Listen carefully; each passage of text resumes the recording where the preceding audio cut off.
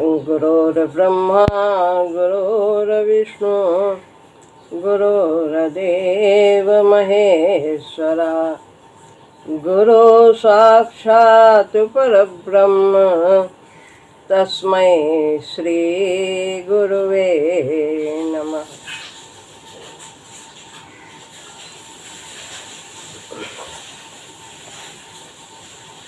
श्रीमद् भगवद गीता अध्याय 18 श्लोक है 7वां।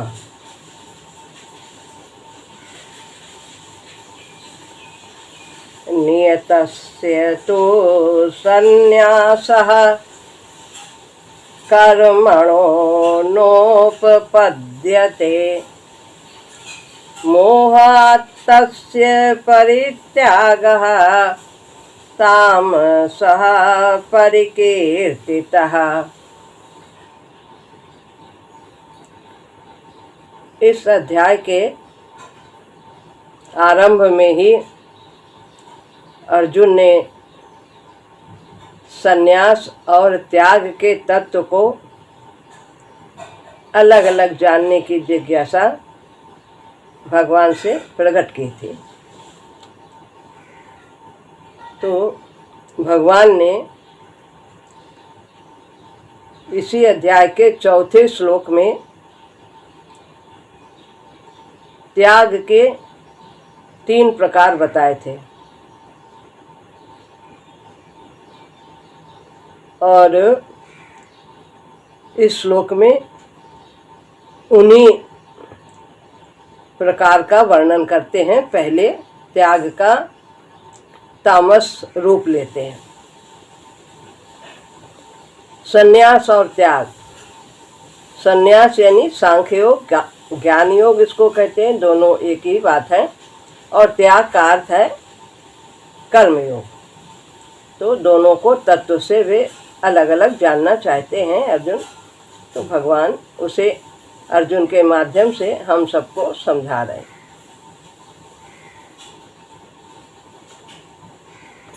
नियतस्य यानी नियत कर्म का, नियत कर्मणो यानी कर्म का, तू तो संन्यास त्याग, न उपपद्यते, न माने नहीं, उपपद्यते उचित है। मोहा तस्य मोहपूर्वक,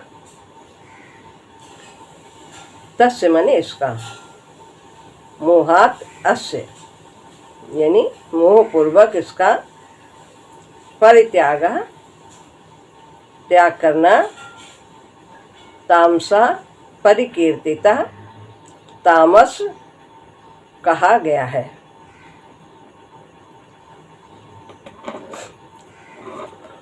अर्थ है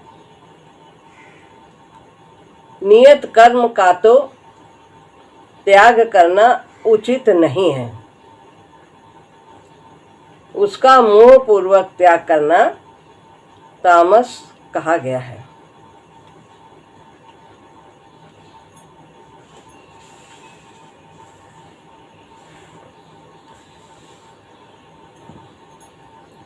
ये भगवान इसमें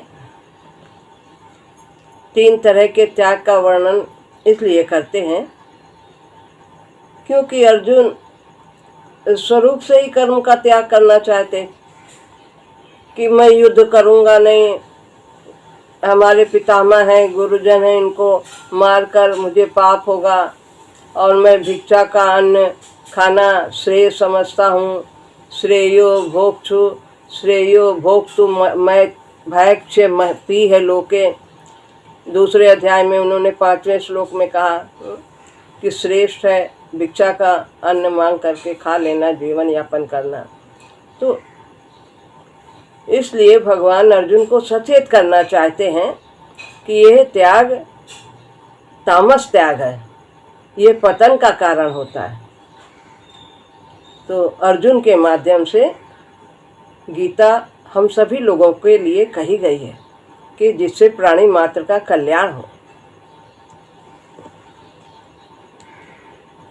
सात्विक त्याग से संसार के संबंध का त्याग होता है, लेकिन तामस और राजस त्याग से हमारे लिए और बंधन का कारण होता है। तो पहली बात तो यही है कि अर्जुन क्षत्रिय थे और वो युद्ध का त्याग करना चाहते थे, जो उन्हें स्वतः ही प्राप्त हुआ था। उन्होंने अपनी ओर से युद्ध की घोषणा नहीं की थी। तो यह पहली बात है। स्वरूप से कर्तव्य का त्याग यदि हम मोहपूर्वक करते हैं तो अज्ञानता पूर्वक सुख आदि की दृष्टि से करते हैं, तो ये सब तामस और राजस त्याग कहे जाते हैं। ये भगवान समझाना चाहते हैं। और दूसरी बात है कि भगवान ने पहले 17वें अध्याय में यज्ञ, दान, तप, यजन, पूजन, आहार आदि सभी के 3 प्रकार के भेद बताए हैं। तो यहाँ पर संन्यास और त्याग इन दोनों के भी 3 प्रकार के भेद बता रहे हैं।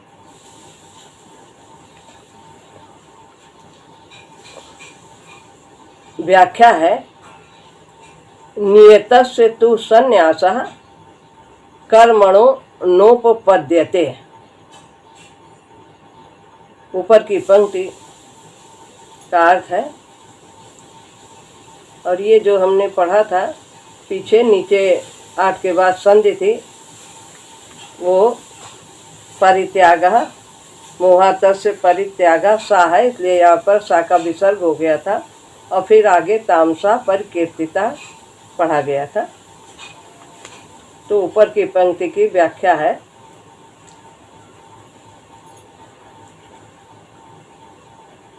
पूर्व श्लोक में भगवान ने त्याग के विषय में जो अपना निश्चित उत्तम मत बताया है, इसके पहले 6ठा श्लोक था, उसमें भगवान ने कहा था कि यज्ञ, दान, तप तो करना ही चाहिए, लेकिन इसके अलावा जो नियत कर्म है, अन्य कर्म है, जो हमारे कर्तव्य कर्म हैं, उनको भी आसक्ति और फल की इच्छा का त्याग करके करना चाहिए। तो यह बताई थी बात उन्होंने 6ठे श्लोक में। तो वो त्याग ऐसा हमें करना है। क्या त्याग करना है? आसक्ति का कर्म के प्रति और फल के प्रति, दोनों ही आसक्ति का त्याग करके हमें अपने जो अन्य हमारे कर्तव्य कर्म हैं, यज्ञ, दान, तप के अलावा, उनको भी हमें करना ही चाहिए। तो अगर ये बात कहते हैं तो जो अर्जुन युद्ध का परित्याग कर रहे हैं तो वो उससे मेल नहीं खाता। तो इसलिए भगवान को यह बात मान्य नहीं है कि अर्जुन अपने कर्तव्य का त्याग करें। वे क्षत्रिय हैं, जो उनका कर्तव्य है वो उन्हें करना ही चाहिए।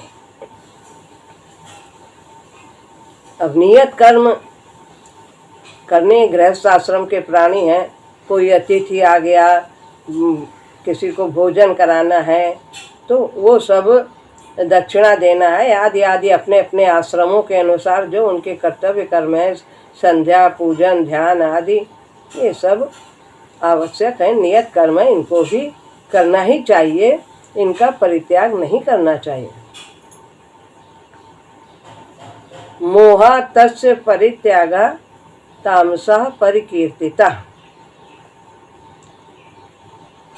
ऐसे नियत कर्मों को मूढ़ता से, यानी अज्ञानता पूर्वक, बिना विचार के त्याग देना, ये तामस त्याग कहा जाता है। अब कभी कहीं हमारे ऐसे कर्तव्य कर्म हैं कि हमें दवा लेने जाना है, कोई हमारे घर में बीमार है और हम दवा लेने के लिए निकले और बीच में कुछ और कार्य करने लगे, खेलने लगे, ताश पत्ता में बैठ गए। सत्संग जाना है तो फिर अन्य रास्ते से निकलने के बाद कहीं मन कहीं और चला गया, कहीं और चले गए। तो ये हमारे लिए जो ये कर्तव्य हैं, कभी कभी कोर्ट आदि जाना है, कचहरी जाना है, अब वहाँ तारीख पड़ रही है, बीच में विचार नहीं किया कि क्या करना चाहिए क्या नहीं करना चाहिए, कोई अन्य कार्य में लग गए और दोस्त में लग गए, बैठ गए और अपने कर्तव्य को भूल गए। तो ये सब नियत कर्म है, विचार पूर्वक करना चाहिए कि क्या करना हमारे लिए पहले जरूरी है। तो इसका त्याग अज्ञानता पूर्वक वह तामस त्याग कहा जाता है।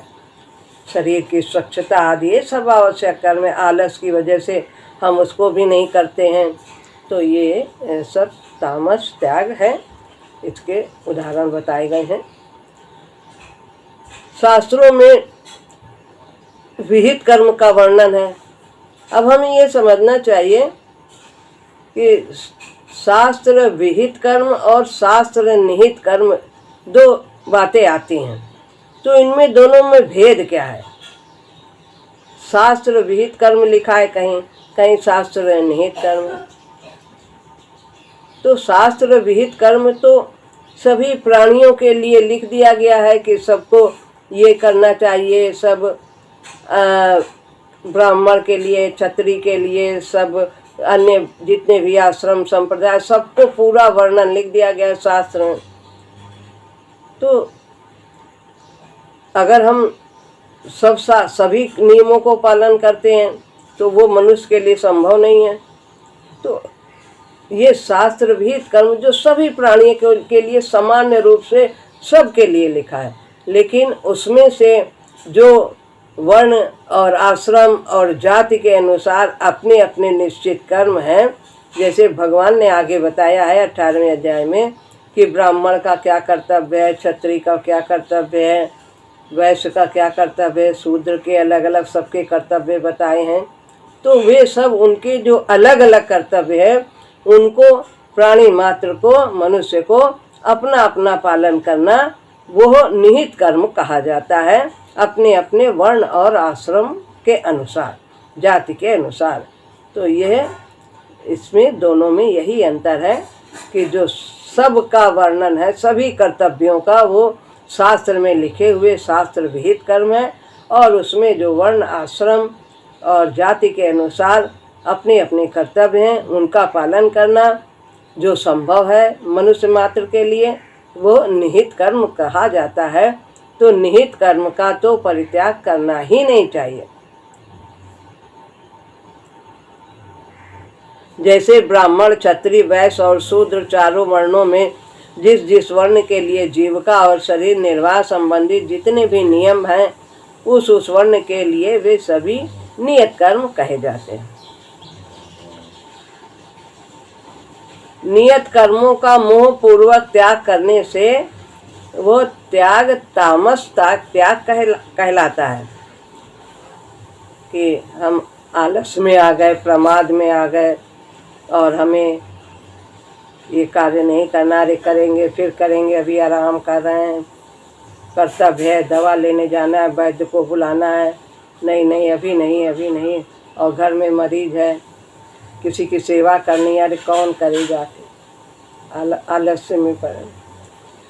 तो ये है तामस त्याग, अज्ञानता पूर्वक त्याग करना, मूढ़ता पूर्वक त्याग करना, नियत कर्म का वह तामस त्याग कहलाता है।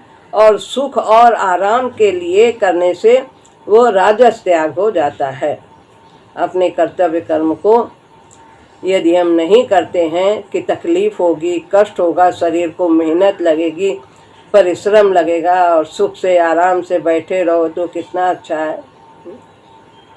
तो कुछ भी परिश्रम करते हैं, चाहे शरीर से सेवा करें, चाहे मन से, किसी भी प्रकार से हम सेवा करते हैं तो परिश्रम तो हर एक कार्य में लगेगा, लेकिन उस परिश्रम का फल मीठा ही होता है। अपने कर्तव्य को तो करना ही चाहिए, सुख की दृष्टि से उसका त्याग नहीं करना चाहिए।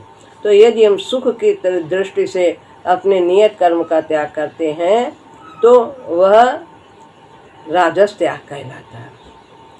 और सुख इच्छा, फल इच्छा, ये हमारी न तो सुख की कामना है, न फल की कामना है, और न ही हमारी आसक्ति है। तो इस प्रकार से अपने कर्तव्य कर्मों को, जो नियत कर्म है, उनको करने से हमारा ये सात्विक त्याग कहा जाता है। संगम त्यक्त्वा फलानि च, आसक्ति का और फल की इच्छा का त्याग करने से कर्म को करना, यह सात्विक त्याग। कर्म का त्याग नहीं करना चाहिए, सुख की आसक्ति और फल की आसक्ति, इनका त्याग करते हुए कर्तव्य कर्मों को करना चाहिए। ऐसा त्याग सात्विक त्याग कहलाता है।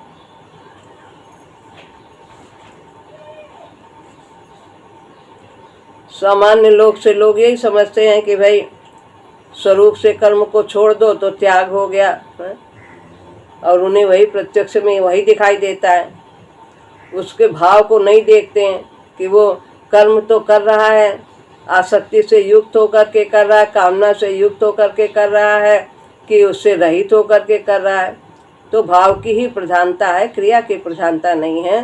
भाव ही हमारे कार्य को आकाश और पाताल का अंतर कर देता है। एक बंधन का कारण होता है और एक बंधन से मुक्ति दिलाने का कारण होता है। तो भाव कैसा होना चाहिए? निष्काम भाव।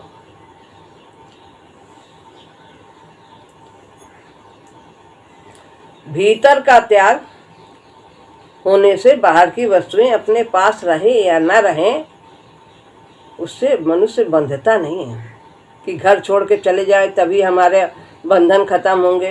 नहीं, हमारी आसक्ति यदि नहीं है तो हम घर गृहस्थी राजपाट में महल में रहते हुए भी हम बंधन से मुक्त रहेंगे। जब प्रभु देना चाहें तो दे, नहीं देना चाहें तो नहीं दे, कोई बात नहीं। वस्तु उनकी है, सब पर उनका अधिकार है, तो जैसे वो रखना चाहे। तो इस तरह पास नहीं मेरा कहने को, सब कुछ तेरा तेरा है, बैठ करूं चरणों में तेरे, लगता क्या प्रभु मेरा है।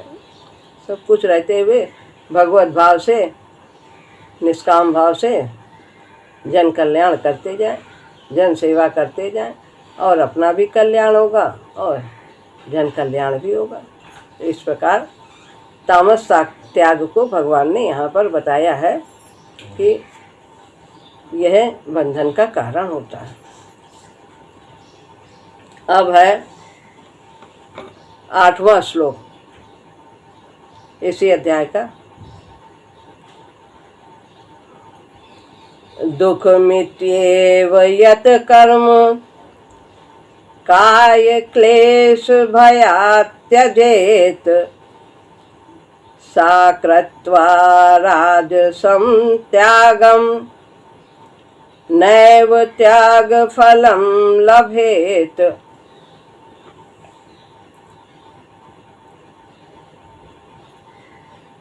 यत कर्म,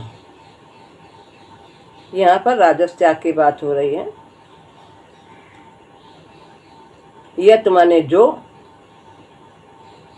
जो कुछ कर्म में कर्म, जो कुछ कर्म, दुख दुख मित एव, दुखम इत एव, दुख रूप, एव माने ही, इति माने ऐसा समझकर। जो भी कर्म है वो दुख रूप ही है, ऐसा समझकर कोई काय क्लेश भयात, काय माने शरीर, क्लेश यानी कष्ट, भयात भय से, त्यजेत त्याग कर दे, शारीरिक परिश्रम के भय से उसका त्याग कर दे। कार्य जो कुछ भी कार्य है वो दुख रूप है, शरीर को कष्ट होगा, मेहनत होगा, इस भय से वो कर्म का त्याग कर देता है। सा कृत्वा, वह कृत्वा मने करके, त्यागम त्याग, राजसम यानी राजस त्याग करके भी, न एव, न माने नहीं, एव माने भी, त्याग फलम लभेत, त्याग के फल को प्राप्त करता है, नहीं पाता है। कि त्याग कर दिया हमने तो घर छोड़ दिया, गृहस्थी चले गए, बहुत जिम्मेदारी थी फिर भी छोड़ दिया क्योंकि बहुत कष्ट होता था वहाँ जिम्मेदारी निभाने में, तो छोड़ दो। तो ऐसा सोच करके सोचे हम बड़े त्यागी हो गए, तो ऐसी बात नहीं है, वो त्याग का फल नहीं प्राप्त कर। अर्थ है जो कुछ कर्म है वह दुख रूप ही है, ऐसा समझकर कोई शारीरिक परिश्रम के भय से उसका त्याग कर दे तो वह राजस त्याग करके भी त्याग के फल को नहीं पाता। तामस त्याग में मूढ़ता थी, अज्ञानता था, और यहाँ पर कर्म क्यों त्याग करते हैं? क्योंकि कर्म करने में, कर्तव्य करने में शरीर को कष्ट होगा, इसलिए छोड़ दो सब झंझट और चले जाओ आश्रम में, और वहीं पे मिलेगा बना बनाया खाना, भजन करो, पूजा करो बस, और वहीं पर पड़े रहो। तो वो त्याग राजस त्याग का जो काम अंदर कामना है कि सुख मिलेगा, ये सब झंझट है घर गृहस्थी में, बहुत भाग दौड़ है, बहुत परिश्रम है, तो ये है राजस त्याग का। दोनों ही राजस और तामस पतन के कारण है। दुख मित्येव यत कर्म, यज्ञ दान और शारीरिक जो है कर्म, शास्त्र में जो नियत कर्म कहे हैं, भगवान ने भी कहा है कि इनको करना ही चाहिए। जो छठे श्लोक में अपना मत रखा है कि यज्ञ दान तब तो करना ही है, इसके अलावा अपने नियत कर्मों को भी करना चाहिए, जो अन्य कर्म है उनको भी करना चाहिए। तो इन सब कर्मों में शरीर को करने में कष्ट होगा, इस भाव से जो ये सब कर्तव्य कर्म छोड़ देता है तो उसको बंधन होता है। तो उन कर्मों को करने के लिए कई सोचता है कि अनेक नियमों में बंधना पड़ेगा, खर्चा भी करना पड़ेगा, शरीर को भी परिश्रम करना पड़ेगा। तो ये सब उसमें दुख देखने के कारण यह उनका परलोक शास्त्रों पर, शास्त्र विधि कर्मों पर और उसके परिणाम पर कोई विश्वास नहीं होता, इसलिए वे ऐसा सोचते हैं कि शास्त्र में जो लिखे गए सब ऐसे ही लिखे हैं, ये सब कितना कष्ट है ये सब करने को, इससे अच्छा सब छोड़ो, नहीं करना। तो वो ये सब कार्य नहीं करते। मुख्य रूप से हम लोगों को भगवान ने यज्ञ क्या है, तप क्या है और दान क्या है, तो हमें यज्ञ तप आदि के स्वरूप को भली भांति समझना चाहिए कि गीता में यज्ञ किसे कहा गया है। यज्ञ का तात्पर्य ये नहीं है कि हम अग्नि में स्वाहा ही करते रहें, वो तो उसका एक अंश मात्र है। हमारा पूरा जीवन यज्ञमय हो जाना चाहिए। पहले महाराज जी ने लिखा जीवन में यज्ञ होना चाहिए, यानी भगवान की सेवा होनी चाहिए, प्रभु के लिए कार्य होना चाहिए, निष्काम भाव होना चाहिए। लेकिन फिर कहते नहीं नहीं, जीवन ही यज्ञ में होना चाहिए, प्रत्येक क्रिया प्रभु की ओर ले जाने वाली होनी चाहिए और तप के सही स्वरूप को हमें समझना चाहिए। इसलिए सभी कुछ को पहले उन्होंने वर्णन उनका कर दिया। काय क्लेश भयात् त्यजेत। अब है राजस मनुष्य को शास्त्र मर्यादा और लोक मर्यादा के अनुसार चलने से शरीर में क्लेश अर्थात परिश्रम का अनुभव होता है। जिसका स्वभाव राजसी है, सुख बुद्धि है जिसकी, भोग बुद्धि है जिसके, वो राजसी स्वभाव का होता है। राजस मनुष्य को अपने वर्ण आश्रम आदि के धर्म के पालन करने में और माता पिता गुरु मालिक आदि की आज्ञा पालन करने में पराधीनता का अनुभव होता है। तो स्वतंत्रता चाहता है, जो मन आए मन मानी करे। राजस मनुष्य के विचार यह होते हैं कि गृहस्थ में आराम नहीं मिलता तो चलो वहाँ पर ही चलें, आश्रम में ही चलें, साधु बन जाएं और सब चीज़ रोटी कपड़ा सब मुफ्त में मिल जाएगा, परिश्रम भी कोई नहीं करना पड़ेगा, ऐसा उनका विचार रहता है। और भी रहते तरह तरह के लोग, चलो सरकारी नौकरी मिल जाए और फ्री में बैठे बैठे, उसमें तो बहुत कम काम रहता है और पेंशन भी मिलती है बाद में, और कोई नौकरी से निकालता भी नहीं, निकाल भी नहीं सकता, काम चाहे कम करो चाहे जैसे करो। तो इस तरह की सेवा की भावना न रह के, कर्तव्य की भावना न रह के सुख और भोग बुद्धि ही उनकी प्रधान रहती है, वे ऐसे राजस पुरुष होते हैं। तो उन्हें दुख लगता है, कार्य में करने में दुख लगता है। तो अब यहाँ एक शंका होती है कि ज्ञान प्राप्ति के साधन में दुख को बार बार देखने की बात कही गई है।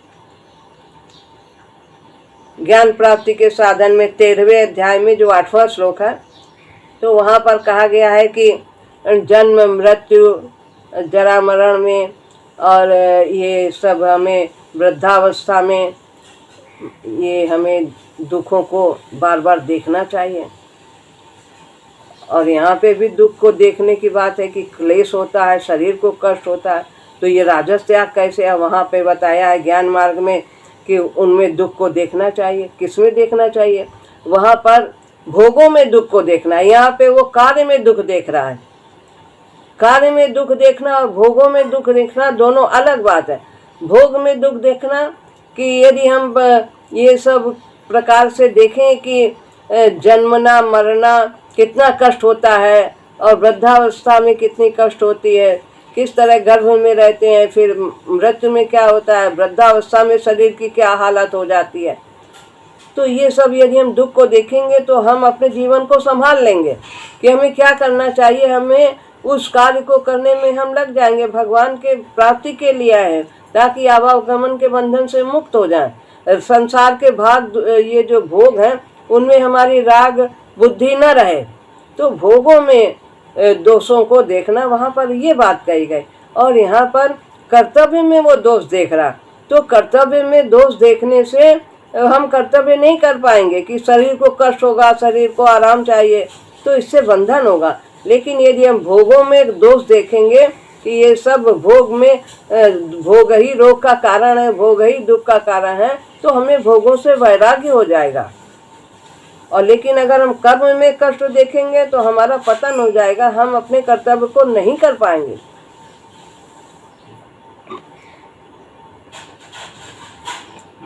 तो वहाँ पर भोगों में दुख देखने की बात कही गई है और यहाँ नियत कर्तव्य कर्मों में दुख देखने की बात है। इसलिए वहाँ भोगों का त्याग करने का विषय है और यहाँ कर्तव्य कर्मों को त्याग करने का विषय है। भोगों का तो त्याग करना ही चाहिए और कर्तव्य कर्मों का त्याग कभी नहीं करना चाहिए। तो यहाँ बताते हैं, तात्पर्य यह हुआ कि भोग में दुख और दोष देखने से भोगासक्ति छूटेगी, जिससे कल्याण होगा, और कर्तव्य में दुख देखने से हमारा कर्तव्य छूट जाएगा, जिससे हमारा पतन होगा। अब एक और मन में बात आती है, एक शंका ये भी हो सकती है कि सत्संग भगवत कथा भगवत चरित्र सुनने में किसी को यदि वैराग्य हो जाए तो वो प्रभु पाने के लिए अपने गृहस्थ आश्रम को छोड़ करके भगवान के लिए पाने के लिए वहाँ किसी सन्यासी आश्रम में कहीं चला जाता है, भगवान के भजन में लग जाता है। तो इसलिए उसका वो कर्तव्य कर्मों का त्याग क्या राजस कहा जाना चाहिए? नहीं, वहाँ पर उसकी सुख बुद्धि नहीं है, वो सुख के लिए छोड़ के नहीं जा रहा। वो तो उसकी भगवान से इतना प्रेम हो गया उसको कि वो इसलिए कर्तव्यों को करके, जो भी उसके कर्तव्य थे उनको जितना भी वो कर सका है, अब उसका जीवन का जो मुख्य उद्देश्य है उधर वो उसको पाने के लिए वो भगवत प्राप्ति में लग गया है। तो यदि उसको गृहस्थ छोड़ना भी पड़ता है तो उसके लिए वो तामस त्याग नहीं कहा जाता है, क्योंकि उसका उद्देश्य सुख प्राप्ति करना, भोग प्राप्ति करना, ये सब आलस्य आदि कदापि नहीं है। वो तो अपने जीवन के मुख्य उद्देश्य को पाना चाहता है। तो भगवान को प्राप्त करना मनुष्य जन्म का ध्येय है। अतः उस ध्येय की सिद्धि के लिए कर्तव्य कर्मों को त्याग करना वास्तव में कर्तव्य का त्याग नहीं है, असली कर्तव्य को करना है। ये तो असली मनुष्य का यही कर्तव्य ही है। स कृत्वा राजसम त्यागम नैव फलम लभेत। तो यदि वो सुख भोग से, सुख बुद्धि से अपने कर्तव्य का त्याग करता है तो वो त्याग के फल को प्राप्त नहीं करता है। राजस व्यक्ति, राजस मनुष्य त्याग करके भी त्याग के फल, त्याग का फल है क्या है? शांति। शांति नहीं मिलेगी। वहाँ भी जाके जहाँ छोड़ के जाएगा अंदर सुख का भाव, वहाँ भी उसे कुछ न कुछ करना पड़ेगा, वहाँ भी उसे दुख ही दिखाई देगा। जब उसके अंदर सुख का भाव है तो शरीर निर्वाह के लिए कुछ न कुछ तो कर्म करना ही पड़ेगा, तो उसमें भी छोटे से काम में भी उसे दुख दिखाई देगा। कारण कि उसने जो त्याग किया है वो अपने सुख आराम के लिए किया है। ऐसा त्याग तो पशु पक्षी आदि भी करते हैं। अपने सुख आराम के लिए शुभ कर्मों का त्याग करने से मनुष्य को शांति नहीं मिलती है।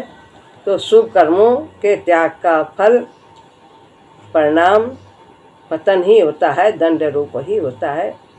तो इसलिए हमें तो केवल सात्विक त्याग ही करना चाहिए।